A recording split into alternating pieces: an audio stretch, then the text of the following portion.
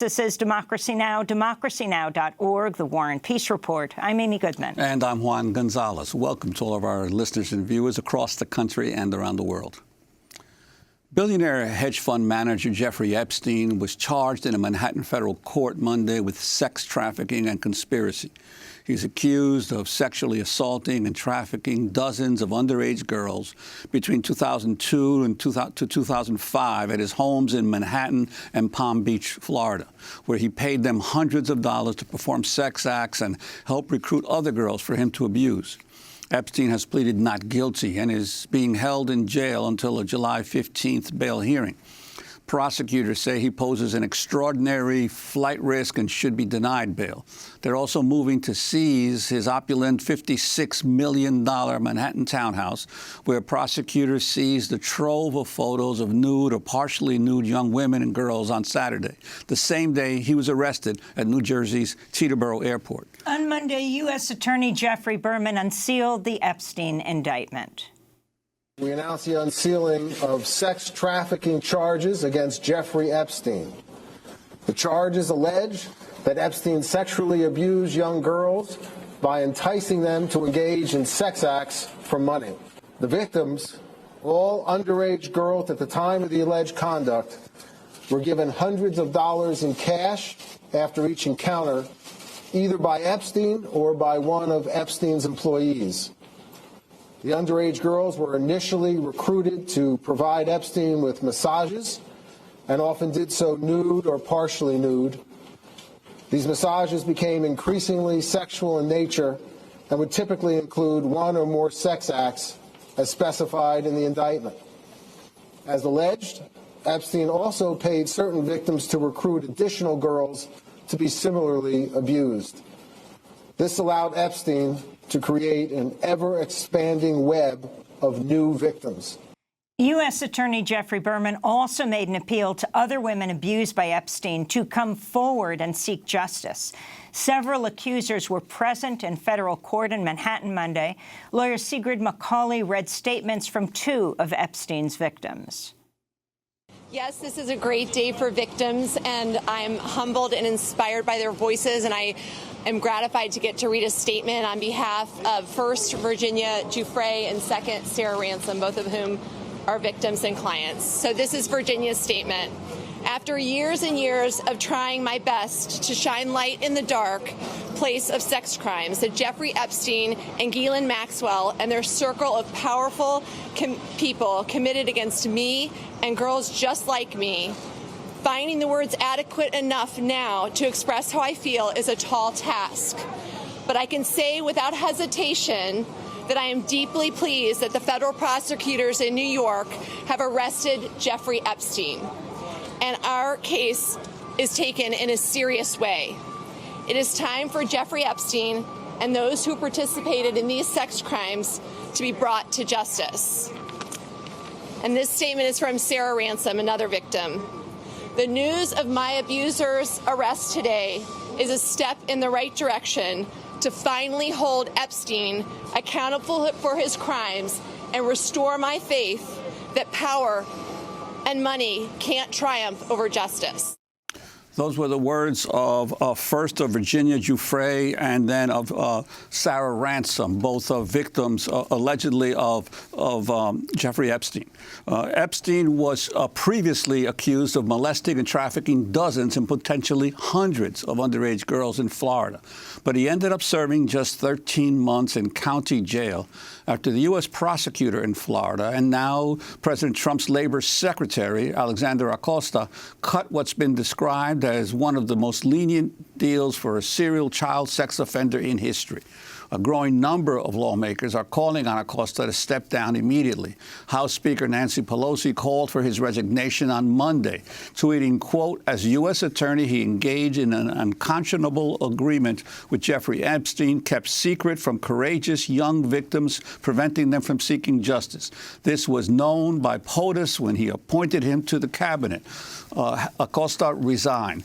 Epstein has counted Presidents Donald Trump and Bill Clinton among his friends. Trump told New York Magazine in 2002, quote, "I've known Jeff for 15 years, terrific guy. He's a lot of fun to be with. It is even said that he likes beautiful women as much as I do, and many of them are on the younger side." In 2000, Trump was photographed with Epstein at his Mar-a-Lago club in Palm Beach, Florida. Epstein's arrest after more than decades of accusations is in part being hailed as a feat of local investigative journalism. In November 2018, the Miami Herald published a series of articles by investigative reporter Julie Brown exposing Epstein's crimes and the high-powered people like Acosta who protected him. In the wake of the investigation, Epstein settled a defamation lawsuit against the lawyer of some of his accusers, avoiding testimonies from survivors who were expected to take the stand. For more, we go directly to the Miami Herald in Miami, Florida, where we're joined by Casey Frank, the senior editor for investigations at the Miami Herald. He's helped lead the paper's coverage of Jeffrey Epstein. Casey Frank, welcome to Democracy Now! It's great to have you with us.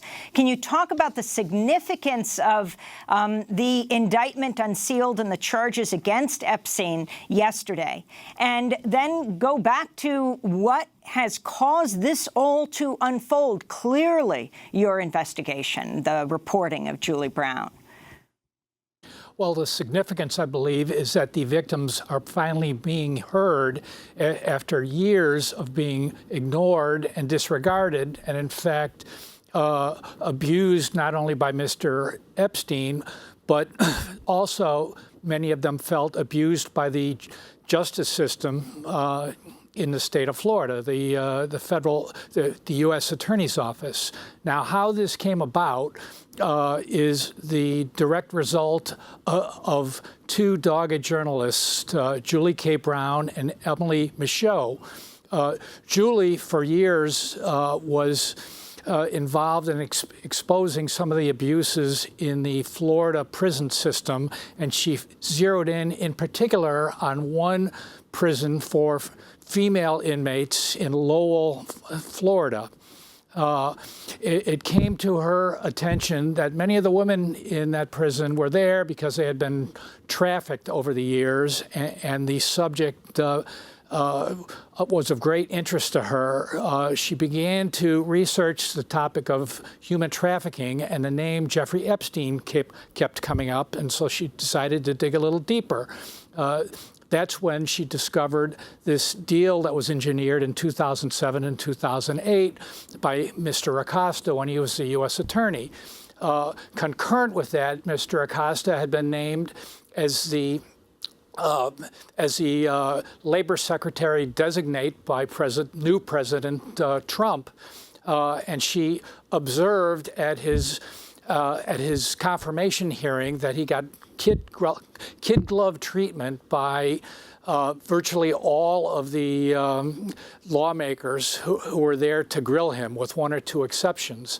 And so she decided to take a very deep dive into this topic, working with visual journalist Emily Michaud, and the result was our series of stories called Perversion of Justice. And I believe that the result of that series was what we saw yesterday, the indictment of Mr. Epstein, and finally some measure of justice, perhaps, for his many alleged victims. And I wanted to ask you, Casey Frank, about the some of the communications that you uncovered, the internal communications, and also the role of Acosta directly in meeting with lawyers for Epstein, and the decision of his office, his prosecutors, to let this occur at the county level, in a county court instead of in federal court.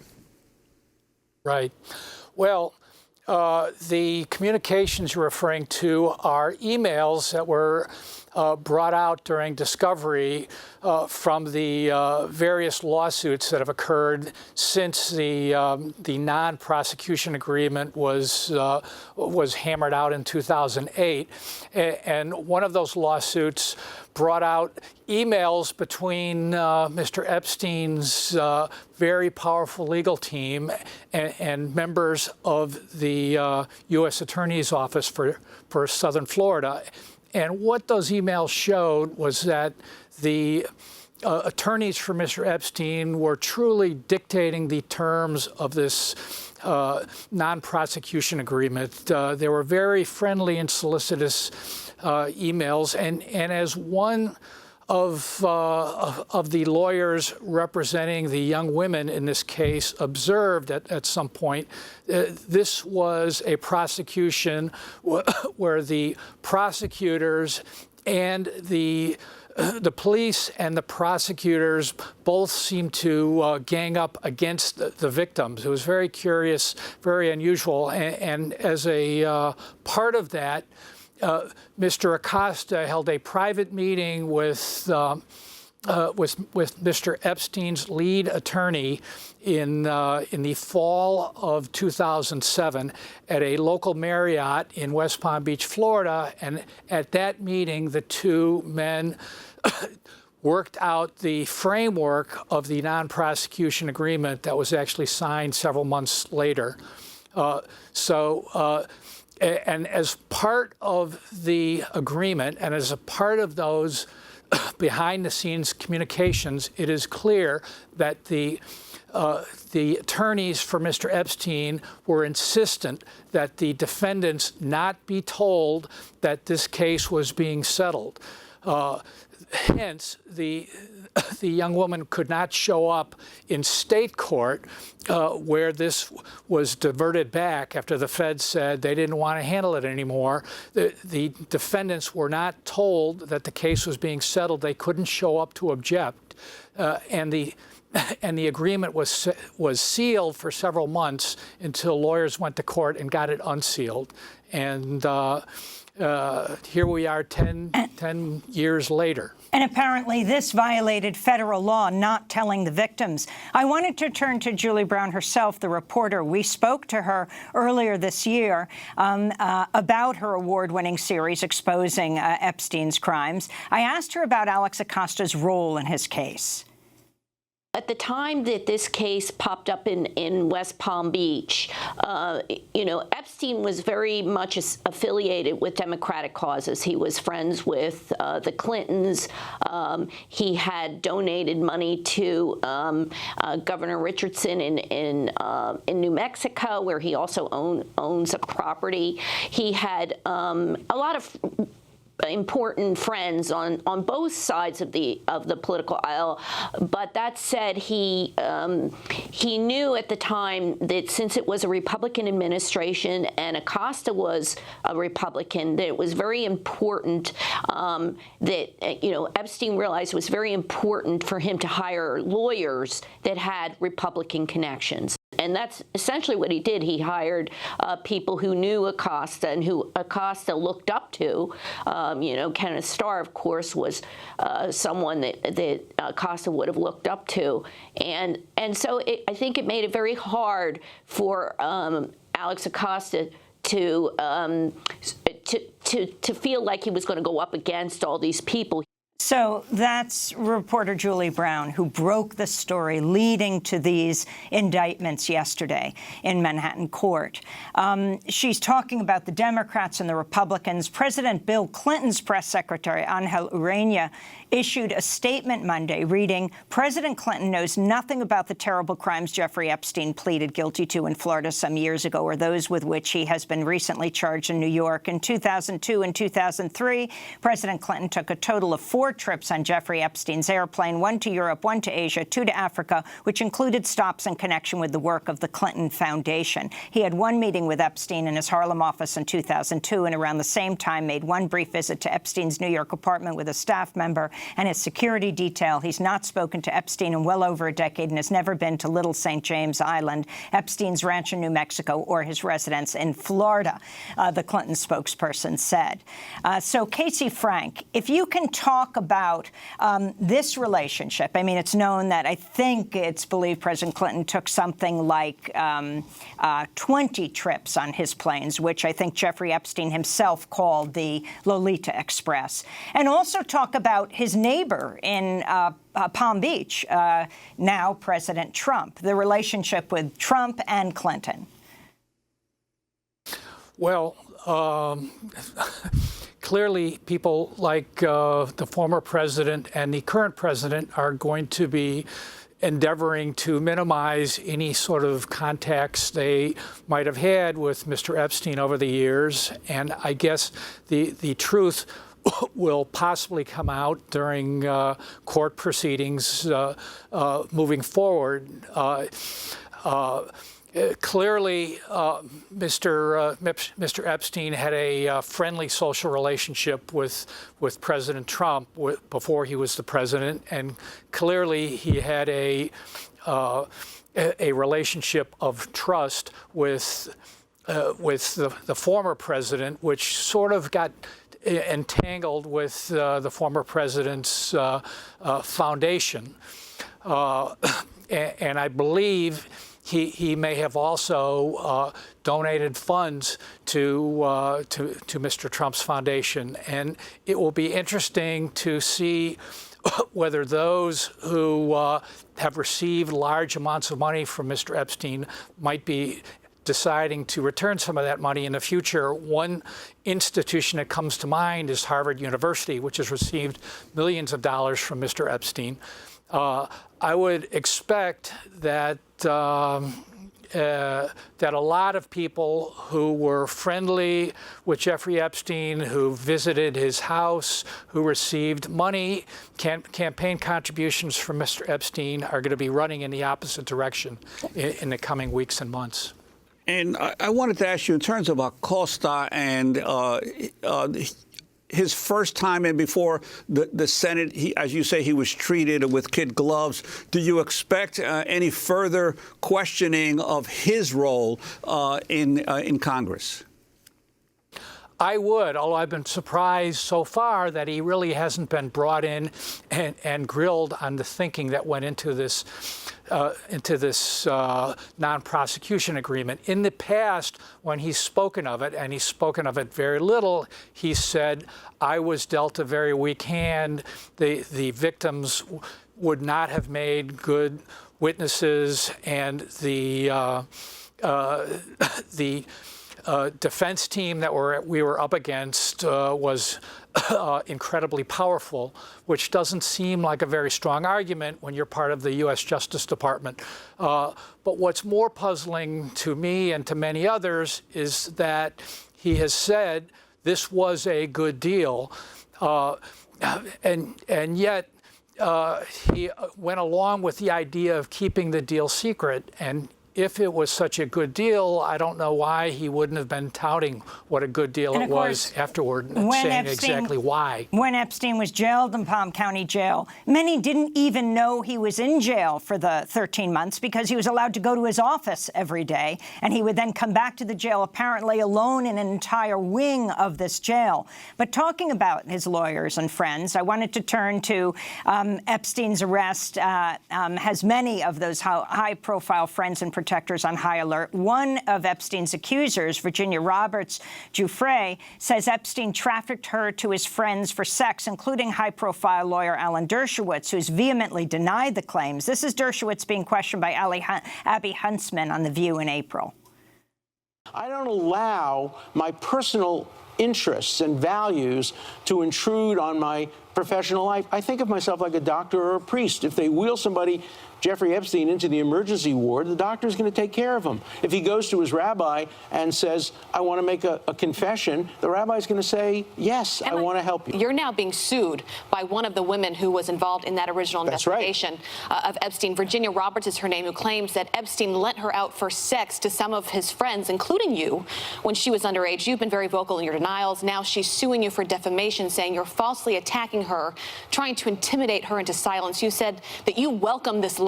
You want to take it on. And I also welcome her coming on the show and accusing me face to face. She has never accused me except under the protection of the litigation privilege, because it's complete. This week, The View co-host Ana Navarro Cardenas tweeted that Trump's labor secretary, Alexander Acosta, should be fired, offering Epstein a plea deal that kept him out of prison for life. Miami Herald reporter Julie Brown responded, tweeting, "Your colleagues at The View owe it to Epstein's victims to have their point of view on the show. Having Alan Dershowitz on without giving their point of view only serves to silence other victims." The View, Whoopi Goldberg, your show is crucial in reaching out to victims. Casey Frank, if you could respond to this, and we'll end with the clip that the Miami Herald put out of some of those victims. Well, Mr. Dershowitz has been very loud in vehemently denying Ms. Giuffre's accusations, and I have talked to Mr. Dershowitz, and I've heard those denials personally. He did say in that clip that he welcomed the lawsuit, but this past month he also filed to get the lawsuit dismissed, so I'm a bit puzzled about that. I guess the chips will fall where they may as testimony comes out in Mr. Epstein's upcoming trial. Now, I will say that the Miami Herald has gone to court and sought to unseal some of the sealed documents in one of the ongoing, or one of the closed lawsuits, I should say. And last week, a judicial panel decided to release 2,000 pages with possibly more to come. So we're going to be learning a lot more about Mr. Epstein, his associates, his friends, and his activities, I think, in the coming And very months. quickly, the significance of Attorney General Barr recusing himself, saying he worked at Kirkland Ellis. Jay Lefkowitz was one of Epstein's attorneys, but also isn't being talked about as much, and he didn't raise. His own father was the headmaster of the private school in New York, the Dalton School, and he hired Jeffrey Epstein many years ago. And what this could mean if something came out, not that there's anything nefarious about that, but who knows if that was one of what he felt was his conflict of interest? Well, I don't know what the significance of that is. I would say this, that I have some confidence in the Southern District of New York, and I'm impressed that they went out of their way to reopen this case, because it would have been much easier to just let it lie dormant, and they didn't. And as journalists, we're gratified when we see the work we do produce results. We're going to end with the video produced by the Miami Herald, where we hear the voices of some of Jeffrey Epstein's victims describing what happened to them. The clip begins with Michael Reeder, who was Palm Beach police chief when Epstein first came under investigation for sex offenses. The sheer volume of girls, the frequency, sometimes several or many in the same day, the age of the girls. In some cases, there were victims that didn't know each other, had never met each other, but they had basically the same story. I remember there was a staircase, and it was like kind of like a spiral almost. And she brings us up the stairs, and it was like spiral stairs. You walked into his bedroom, around his bed, to almost like a very little hall, and then it was another door. And that's where everything would happen, was in his bathroom. He would have a dresser, and it was filled with, like, the first drawer was lotion, and then, like, the third drawer down was, like, sex toys. So we would take the massage table out and set it up in the middle of the room. And then he came in with his white towel on around him. And then he just laid down in his towel on his stomach, and he was just talking to people on the phone. When he flipped over, that's when he said, okay, you can go ahead and take off your shirt and pants, but you can stay in your underwear. He would want us to stand next to him, and he would masturbate while he stared at us, touched us. The video report produced by the Miami Herald, based on Julie Brown's investigative reporting. Casey Frank, senior editor for investigations at the Miami Herald, thanks so much for being with us. He helped lead the paper's coverage of Jeffrey Epstein. When we come back, we go to Brazil to speak to Pulitzer Prize-winning journalist Glenn Greenwald, who's under investigation and death threat for exposing a massive political scandal involving Brazil's justice minister, the former judge who jailed former President Luiz Inácio Lula da Silva, paving the way for the election of President Jair Bolsonaro. Stay with us.